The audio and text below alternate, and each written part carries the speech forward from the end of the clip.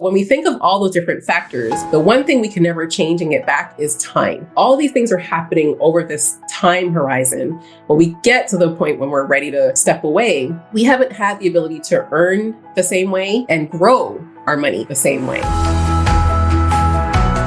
Hey everyone, I'm Annie Dickerson, and on behalf of the entire Goodegg Investments team, I wanted to welcome you to this episode of the Life and Money Show, the show where we talk about everything from investing to financial freedom to parenting, traveling, creating a life by design, and everything in between. I'm here today with my amazing co-host, Susan Elliott.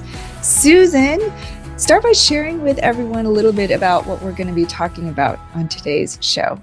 Yeah, today was great. We actually get a chance to talk to Lesley Batson from Rebel Rock Wealth. And she has built a sort of wealth strategy, wealth management group for advising, for coaching, for all things, because she saw this need for looking at things holistically. So she went to the wealth advisors and they said, here's what you do with investing. And that's such a small piece of the entire wealth puzzle that she said, wait a minute, there's room to create something that can help more people here. So we got to talk to her and about her new mentorship program. So today's episode is fantastic in that we're going to kind of zoom out for what is holistic wealth approach. Why do we need to look at wealth in all these different buckets to be able to grow in the ways we want, to be able to get to the life that we're trying to live in the end, right? Or along the way for the most part. And then we also dive down deep into why actually that's a little bit more important for women to take these steps to understand their whole wealth approach, because the cards haven't always been stacked in our favor, or we may not have been coming from a place of knowledge and empowerment in this space. Men too, but specifically women, where she's really loving to focus right now these days. So we hear a lot from Lesley about that. It's a great show. Yeah, absolutely. And I can say that I've been in that situation as a woman that, for a long time, I thought investing was, my husband takes care of that piece and he kind of takes the lead on that. And I kind of just sign on the dotted line when we're purchasing a property or whatnot. I was that person. And, I've certainly come a long way since then. A few wake-up calls along the way, which maybe we'll get into, but it's important for anybody, and women especially, because there's many life situations and vulnerable situations that can impact women more. And so what we're going to be talking about with Lesley, if you're a woman listening to this show, you're definitely going to want to stick around for. But first, before we dive in, for anybody looking to build wealth or even just get a sense of the financial picture of where you are and where you want to go, how to reach your financial goals, how to retire early, anything along those lines, you're going to need a community around you, a sounding board, so to speak. And Lesley's going to talk about her community a little bit later in the show, but we invite all of you to join our community, the Goodegg Investor Club.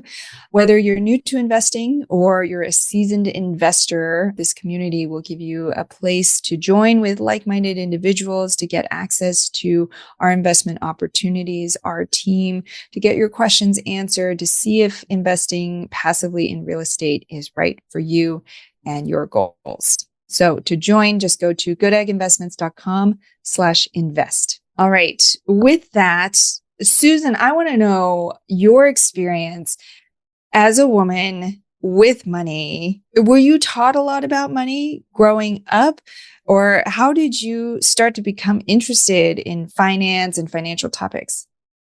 I became interested because of a deep moment of vulnerability and fear. I hit a wall in my 20s, maybe it was even early 30s, where I just realized there is so much I don't know. And because of not knowing, because of that lack of knowledge, I have no control over what's about to happen. And it really came from I grew up in two households, one of which was incredibly scarcity mindset. So fear of spending money, fear of even tipping waitresses. It was so embarrassing, let me tell you.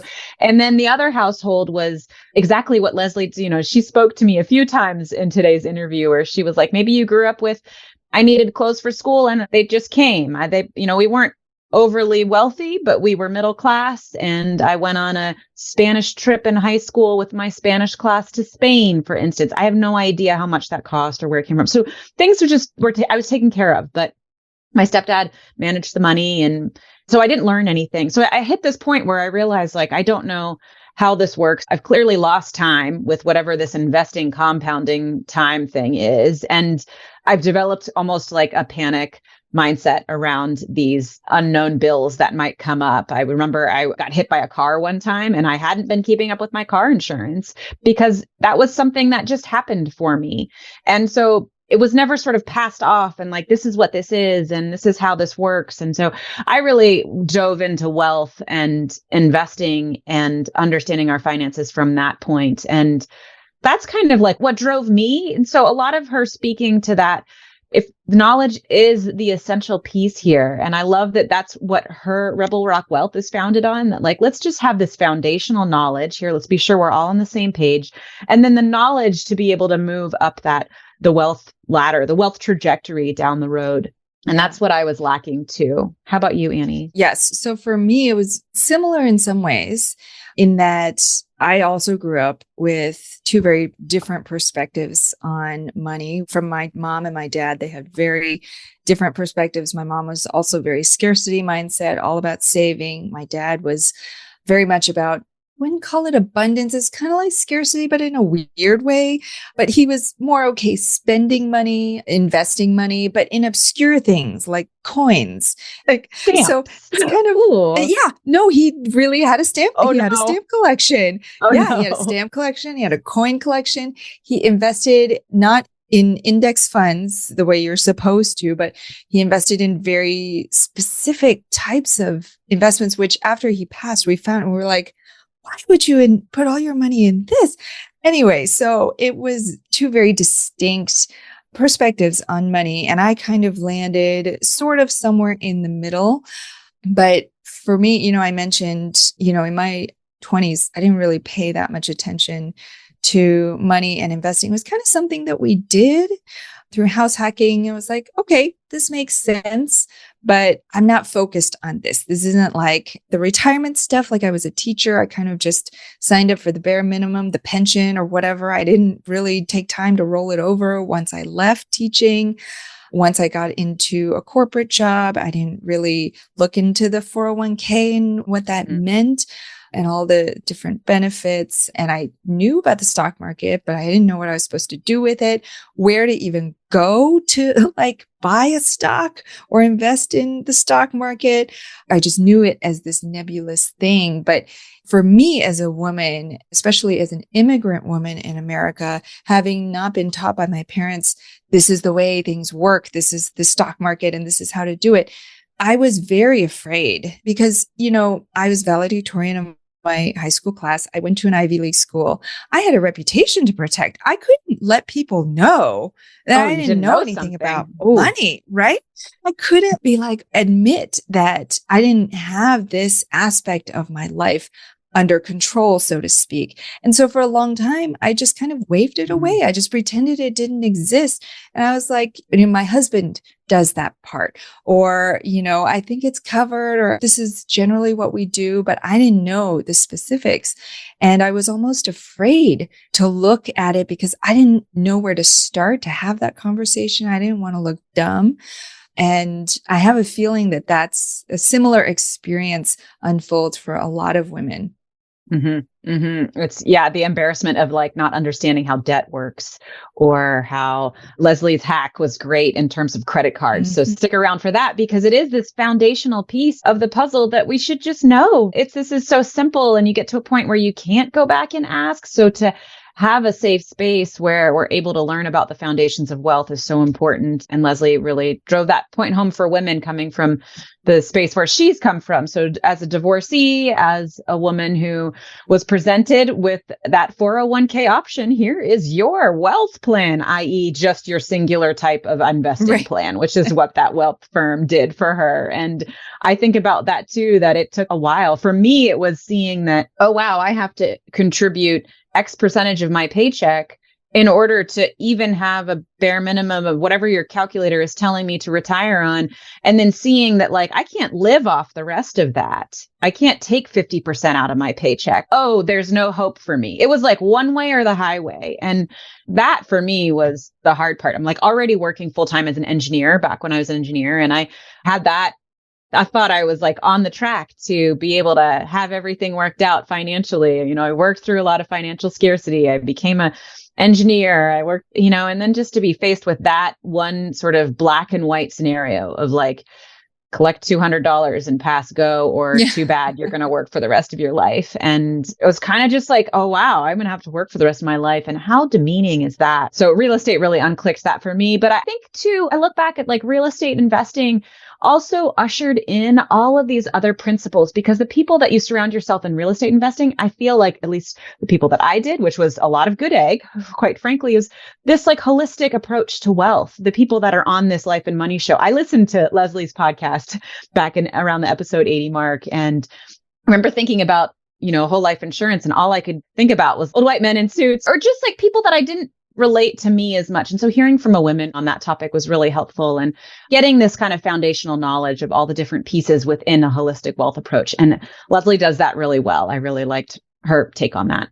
Yeah, I really liked how she talked about, whether you have $10,000, you make $10,000 a day, $10,000 a month, $10,000 a year. It doesn't matter your income level, but there are certain fundamentals around money and wealth that everybody should know. And we go into that a little bit on the show, but the holistic view of wealth really resonates with me, because I was in that place where once I turned the corner and I was like, okay, I need to know a little bit more about money.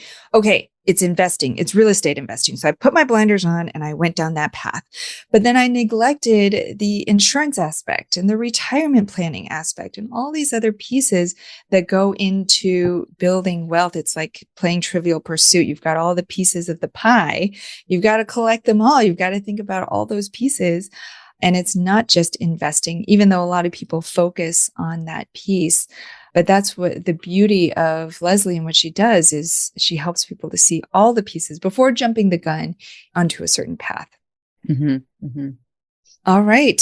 Well, with that, in this conversation with Lesley, we cover so much, not just about Lesley and her story and some of the things that held her back along the way, but also how she works with her clients, women especially. She's going to talk a little bit about her new money mentoring club specifically for women. And like we mentioned, that community aspect, especially as you're going on a journey of building wealth, is so vital for helping you to avoid mistakes, to hear what others think, to have that sounding board and that support. And so she's going to dive into all of that. Any last thoughts, Susan, before we dive into the conversation? No, there's a lot of great nuggets in here that I think everyone can benefit from. And definitely listen to the end, because she shares that great hack. And not only that, she shares some amazing ways that she's helping to make the world a better place. So you won't want to miss that. Here we go. Here's our conversation with Lesley Batson. Lesley, welcome back to the show. How are you? I'm doing great. Thank you so much for having me back, Annie. Yeah, it's been a long time. I was just looking back. You were on the show way back on episode 80. We're nearing episode 200 now. So a lot of stuff has happened since then. So we're thrilled to have you here so that you can fill us in on some of the latest findings through your work, especially with women and money. But first, for any of our audience members who may not be familiar with you and Rebel Rock Wealth, give us some of the highlights of who you are, your story, and how you came to build Rebel Rock Wealth. Sure. Okay. So the highlights. So I was an IT consultant, worked in IT for 20 years, was, higher income earner.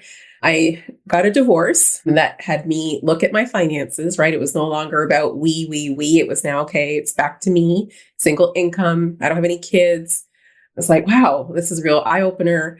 I really need to go get some advice, some financial advice. So I did what most people do. I went online, looked at some blogs, looked at some, experts. And I thought, I'm not really jiving with what they're telling me. Let me just go talk to an expert. So I found a financial advisor, paid them a little hefty change for them really to just come back and show me in a nice glossy presentation, basically everything that I saw online. This is not aligning with me. I don't necessarily want to put all my money in the market and just kind of have other people babysit it. Let me go back to what I knew best, which was real estate investing. I had done that when I lived in Chicago previously, and I thought I'll just get back to that. And I started to listen to some podcasts to, improve my education, great podcasts like yours. I don't think it was there at the time, but learning just, different skills. And a guest had come on to talk about different strategies that you can use when it comes to real estate investing. And one of them was infinite banking. And that's when I had learned all about whole life insurance, really just more about life insurance in general. And so I kind of went down the rabbit hole of exploring that and got my own policies, and that was implementing it for myself, had other, friends and other colleagues who were interested in doing what I was doing. And I said, okay, I should get licensed. And so I did. And I started Rebel Rock Wealth really because I wanted people to understand that there were other ways to grow your wealth beyond just, like typical private wealth management or, typical financial advisor. And you really can have control over your finances as long as you have the education. So really with Rebel Rock Wealth, it's like really rooted in education. And then I will help you implement the strategies, if that's what you choose to do. Can I just ask real quick? I love so much about your story. That point where, you were a newly divorced woman and you're trying to get a hold of your finances. You're trying to just understand where you are, find your footing in all of this, right? Yeah. Why wasn't it when you found the financial advisor and they presented you with this glossy presentation? I imagine many women in that situation would have been like, well, like you go to the doctor, right? They're the expert. Right? You get this glossy presentation. You're like, well, these people are the experts. I paid them this money. Here are their recommendations. I guess I'll just do what they say. But what was it in you that was like, I don't know about this. This doesn't feel right. What told you not to go that direction? Well, for me, so I am turning 50 this year. Okay. So I lived through the financial crisis of 2008, even the recession in the 2001-ish timeframe. I didn't have a whole lot of money at that time because I was only a couple years out of school. But I've lived through, putting all your money into a 401k and seeing it go up and down and basically, not disintegrate, but, just riding that whole roller coaster of the stock market. And then they were essentially convincing me to roll over my past 401ks to them, put more money in the market, just in different buckets, right? So if you put in a brokerage account versus, whatever, it's still all in the market. It's just whatever bucket you're in, it's just different tax consequences. But I had explained from the initial discussion, I'm not too fond of the stock market. I'm not saying I want to pull all my money out of it and I don't want to have any money in there, but I want to learn about other ways to grow my wealth. I'm interested in real estate investing. I'm really interested in this, interested in that. And what they came back with was really nothing that applied to anything that I discussed, right? I just felt like they're not really listening to me. And if I go to anyone else, any other typical financial advisor, that's what they're going to want to do because that's how they get paid. They get paid based on the amount of my assets that they manage, right? So it's the whole AUM, assets under management model. And I just felt like, okay, if they didn't hear me in the initial discussion when they're trying to win my business, I don't feel like they're going to take care of me moving forward. So I'm just going to take care of myself. Right. And I think oftentimes a lot of us feel like that. I'll just take care of it myself. And so that's what I chose to do. I love that. It makes me think about like the types of things that you're probably talking to your clients with and helping people in terms of coaching them and helping them realize what it is that they want before they may even know enough about it to ask for that, and sort of listening to these deeper questions that you have. And just even the fact that like you didn't feel listened to. So how can we all be a little bit more empowered to say, I think I want my wealth to do this for me, and to be able to convey that to somebody and have them just listen back to you. Can you tell us a little bit about how you sort of coach now through that process, or how you advise people through that process? Yeah, absolutely. I mean, it really depends on why are they coming to me, right? Some people, they might be starting over. They might be like me, coming out of a divorce. I mean, luckily I was coming out of a divorce, but like I said, we didn't have kids. There wasn't a whole lot of assets to divide. I mean, from that perspective, it was a pretty clean divorce in that way. But that's not the case with a lot of women. They might have children, they might have, assets, things that they need to figure out. And they don't even know where to begin, right? And the other thing too, if for anyone who's not been divorced, no matter how great or terrible the process was from a psychological, from a mental standpoint, it is very taxing. It took me a couple of years to even get to the point where I was like, okay, I need to go talk to someone, because you're kind of just coming out of the whole dizzying experience of divorce, So it takes a minute. So in the beginning, it's just a matter of finding out where are they right now and what are they trying to achieve, right? That's really what I try to focus on initially. And that's why I have a coaching program. I have a couple different programs, because some are going to apply to one group and one will apply to another. I think it depends on just, where you are. Are you just focused on investing? Because maybe you have all the fundamentals together, right? And the fundamentals are the same no matter who you are, right? I always tell people, I don't care if you make $10,000 a day, $10,000 a month, $10,000 a year. Like there are certain fundamentals that everyone should understand about their money. That's the foundation. And then you grow, build on top of that. So really for me in those initial conversations, I want to understand, where are you right now? What is your mindset around money? And what are you looking for me to do? How can I help? I have a team of strategic partners, right? Because I work with people who might be 9-figure families, and I have strategic partners who specifically specialize with that. So we work together, we team together to support them. It might be someone, like I said, who's just coming out of a divorce or something, or they just graduated from school and now they're all of a sudden, working in IT, making $230,000 and they still have like $100,000 in student loans. But it could just be someone like in their 40s and they're a young family and they have paid off all their debt and they're just looking to make sure that they don't have to work forever and they just want to build a special life. So people come to me at different stages in life and with different situations, different financial situations. And I just try to meet them where they are, listen to what they're trying to achieve, and then help them get there. So whether it's just through the coaching or the coaching and the implementation. Before we whiz by it, I'm sure our listeners are like, wait. She said there's fundamental things that everybody should know about their money. Can you just give us maybe like a teaser of what that is? Like, I'm sure people are like, oh, don't pass that. I want to be sure I got those. I have the check mark. Yeah. Well, okay. So I think of it this way, going back to the same advisor that I went to, right? The only discussion we had in the Slick portfolio was about investing, right? They didn't talk to me about, not that they didn't talk about it, but, we talked a little bit about like savings and having liquidity, that type of thing. They didn't ask me if I had life insurance. They didn't ask me if I had any kind of paycheck protection. Like if I were to get sick and I couldn't work, would I still have income coming in to pay my bills? They did ask me about debt. I didn't really have a lot of debt, but there wasn't a lot of emphasis on that. I feel like this foundation, things that need to be in place before we take the leap into investing, right? Like I tell people all the time, there's investing and there's saving, right? So saving is boring. It's going to make you fall asleep, but it's safe, right? You may not earn high digit returns, but that money is going to be there when you need it. Investing is money. Investing is when it's the money that you're willing to lose, right? So investing means you're going to take some level of risk. Some is managed risk, right? But there's some level of risk so that you are likely to, at some point, there could be a dip in that money. So you may invest, 50,000 and you may see a dip in that 50. You may double that 50. You have no idea. There's no guarantees with that money. With the savings, there's guarantees. So I think that everyone should have some foundation set of liquidity, of savings, so that no matter what happens with the investments, no matter how great they are, no matter how much you've managed the risk, things happen, things change.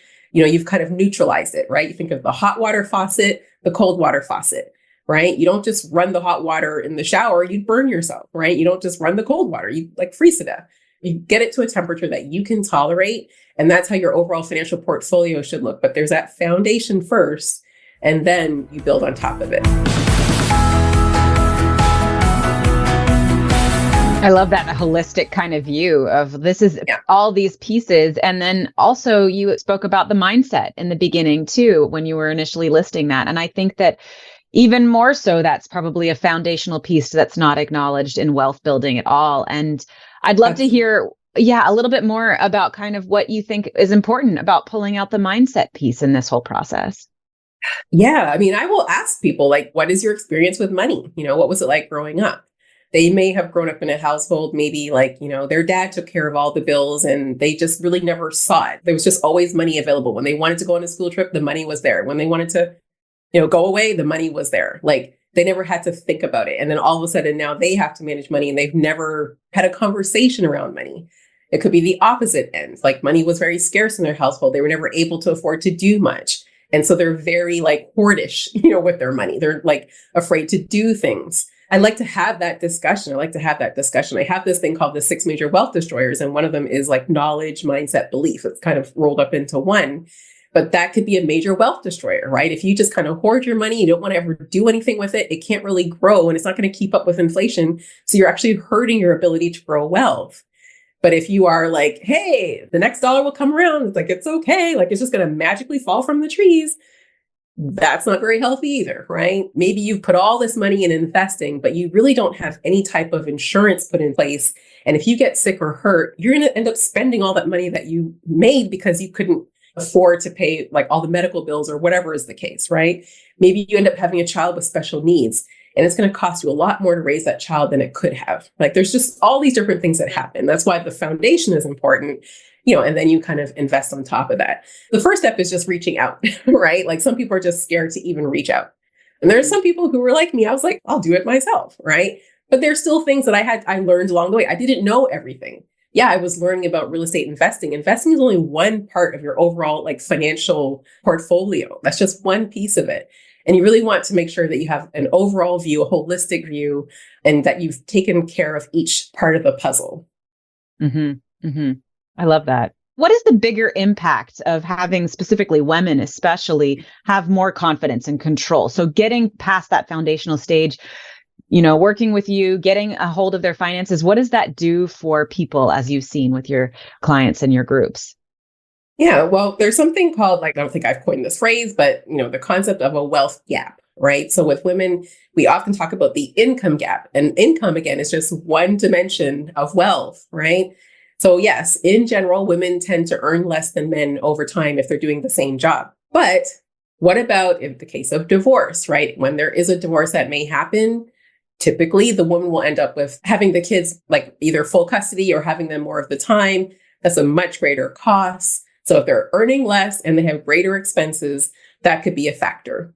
Perhaps the woman had to, they could be married or single, whatever, but if she has to leave work to have the baby and it interrupts their career path, it could affect their ability to get promoted. As much as we'd like to say that the world is fair, it's not fair, okay? It can affect a woman's ability to move up the career ladder and therefore affect her income. It could be where a lot of us, again, I'm in that 50-year-old age range, we are kind of the sandwich generation. We have parents who are, in their 70s, 80s, could be older. And then we have kids. So we are in the sandwich generation where, again, we may have to end up sacrificing time at the office, or our production, our performance might be sacrificed because we're spending so much time being a caretaker of a parent or a grandparent and a caretaker of our kids. There's just all these different dimensions that affect women in different ways than they affect men. In general, obviously speaking in generality. So when we think of all those different factors, the one thing we can never change and get back is time. So if all these things are happening over this like time horizon, when we get to the point when we're ready to, step away, we haven't had the ability to earn the same way and grow our money the same way. And so it's a conversation we need to have. What are the things that we can put in place now that can try to fill some of those gaps if our income gets interrupted, right? We kind of have that discussion. We put some things in place there. But then also let's diversify our investments. Maybe we do still have some things in the market, but we do, other things like great opportunities like we have, with Goodegg and other places. So helping them to understand that there are other things. You don't have to just hand your money over to someone and let them take full control. And some people, that's what they want, right? I mean, maybe with their mindset, I'm not ready to work with them because they really are terrified. There's not much I can do about that. We certainly will have conversations, but some people, they just need someone else to take care of it. And that's okay. It doesn't mean that they still shouldn't have the education that I provide, because then they know if that person that they choose to work with, if they're really putting their best interests first or not, right? Yeah, probably a long answer. But yeah, I think with my process, we really want to make sure that I understand exactly what you're looking to do. I want to understand where you are today. And be honest. This is the one thing I could say probably for any financial professional out there, anyone working with people and with their money, be open and honest about your money. Don't be embarrassed. Don't come to me and feel like you're going to be judged. You will not be judged. I've seen the full gamut and help people out of deep, deep holes. And I've helped people who are already, you think at the summit, and help them get even higher. But you have to be honest. You have to disclose where you are so I can best help you. Go ahead, I feel like that right there is why people love working with you. It's why I love working with you, Lesley, is that, thank you. There's no judgment. It's like, I feel like for women, especially women, divorced women, or women in a vulnerable situation, you're scared to go and admit that maybe you haven't paid as much attention to your finances as you would like to have. Yeah. Or, maybe you don't even know where all the money is. Yeah. And what I love about your approach is you're like, come hither, come hither. It's okay. Let me help you. I got you. I'm here with you. Let's work through this together. And you're so great at helping anybody, but women especially, understand the foundational aspects of all these different pieces of building wealth. But speaking of which, I know that you've got a brand new mentoring club called Shift, and it's specifically for women. And so before we wrap, tell us a little bit about Shift. Why did you create it? Who is it for? And how do you help women through Shift? Okay, so Shift Money Mentoring Club, that's what it's called. I know it's long, so I just say Shift. I created this program specifically for higher earning women who might be single, maybe never married, if they're divorced, maybe widowed, right? So there are a lot of they may face a lot of the hurdles that I just kind of talked about, right? If they don't have that dual income. Well, let me just start with number one. The best tax bracket to be in from an ordinary income tax perspective is the married filing jointly. You have the lowest tax rates. So if you're not married filing jointly, you're going to pay as a single taxpayer. The rate is much higher. So if your income is already lower and you're paying a higher tax rate, again, over time, that is going to hurt you. That is cutting into your ability to build wealth. So Shift is really a program designed to really speak to that group of women. Again, the fundamentals are the same for everybody, but there are some specific things that we'll be doing for this group of women. It's a 12-month program, and each month I will be teaching. There'll be some kind of like education that I will be providing myself, but then I'll also be bringing in other subject matter experts in the area of finance or investing or taxes, that type of thing, who will speak specifically to this group of women, again, because things can be a little bit different for them. So that is Shift. I launched at the end of 2023. And so, so we're going now. And I encourage any women, and even let me say this, any men who have a sister, an ex-wife, something like that. There are women in your life that you probably think, they might be able to use this. I certainly have a lot of male clients who say, Lesley, I've been trying to get my sister to call you. And I know it can be hard. It's hard to talk to family members about money sometimes, but I really encourage you, take that step, be courageous, and, at least just share the link to Shift and see if there's a 20-minute informational, video that they can watch to see if they're interested or not, right? Just take it from there. But you've done your part introducing them to them. So I say to, even married women out there, certainly encourage your female friends who even if you think that they're really great with money, there's still something to be learned, right? Mm-hmm. So encourage them to just take the step and learn more about Shift. Absolutely. I think a lot of people look to me to say, oh, she must be great at money. And still, every time I talk to you, I learn something new. And you have such a holistic approach to it. And that's the beauty of community, right? With women especially, there's such value in community and having that sounding board to really relay back and forth. Here's what I'm thinking. What are you doing? And it's such a collaborative effort. So I love that. We're going to circle back to the link so that people can learn more about all that you do and Shift. But first, we're going to go to the Life and Money Show Spotlight Round. We're going to ask you the 3 questions that we ask all our guests. Lesley, you ready? I'm ready. All right. The first question is about your life and money. So tell us one thing that you're doing to live a meaningful and intentional life by design. Well, I would say something I recently learned about this woman we've sat on a panel just a few weeks ago. And so I intend to do some things with her. She has a nonprofit called 8 Cents in a Jar. And I could take an hour to tell you her story. But in short, it's a nonprofit program to get kids more financially literate around money and investing. So I really plan to start working with her more, just trying to make some time to be with her. She's here locally where I am. And I'm in Orlando, Florida. And I work with people across the country, but she's here. So I'm going to work with her more to provide whatever tools I can to help her get that word out, get that financial literacy out to the children. Because think of all the things would have done better if we just knew more or better things about money when we were young, right? We wouldn't have made certain mistakes or made certain choices. So I feel like that's one thing I plan to do more intentionally to work with her.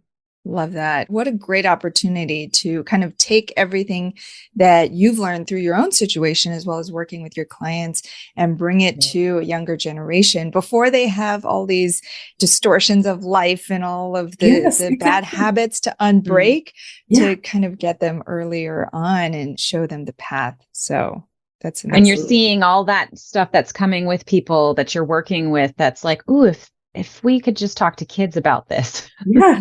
Imagine being confident about money because you started to learn about it when you were like 7, 8, 9 years old, you know? Yep.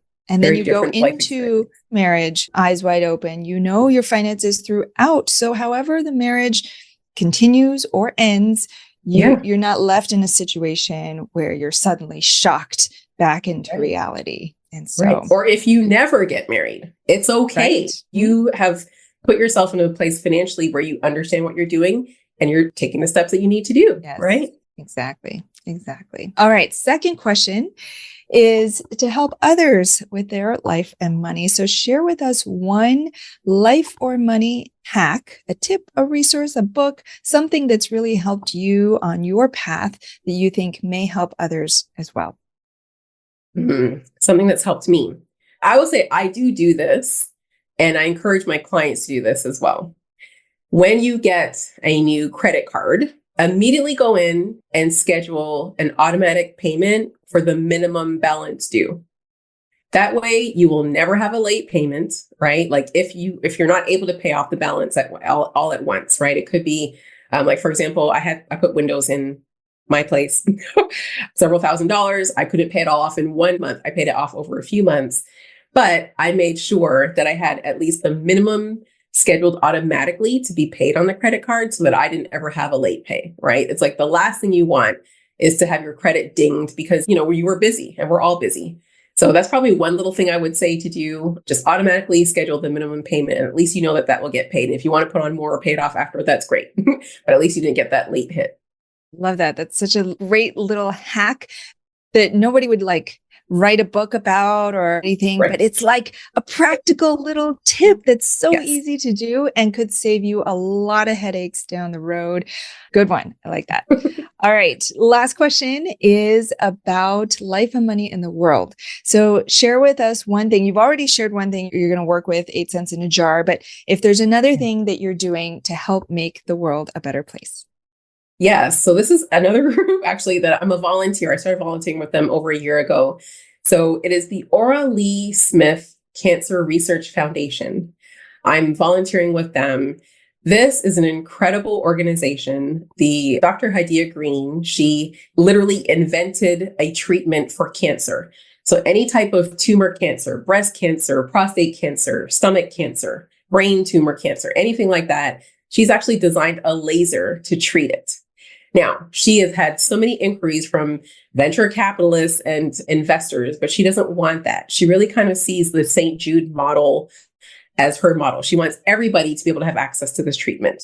As simple as we can kind of just, take some medicine and we could cure it of a cold, it could be like that, for cancer. That's how she envisions it. And so she's raising money for the human trials. So I'm helping her with that and volunteering in any way that I can. I just feel like that. Imagine if we could rid or at least have an easy way to treat tumor cancer in people, not just here in this country, but around the world. I mean, think of the quality of life and think of the families that would be changed if, at least tumor cancer was not like a deadly disease anymore, right? And for everyone. Available and accessible to everyone. Think about how many people go bankrupt trying to treat, cancer. So anyway, get off my soapbox. But that is something that I'm doing that I hope from a health perspective, and obviously it down the road does have a financial impact on families and generations. But from a health perspective, I hope that we can, see this foundation, get the support that it deserves so we can get these human trials going and start to save lives. It's always amazing when you discover people doing such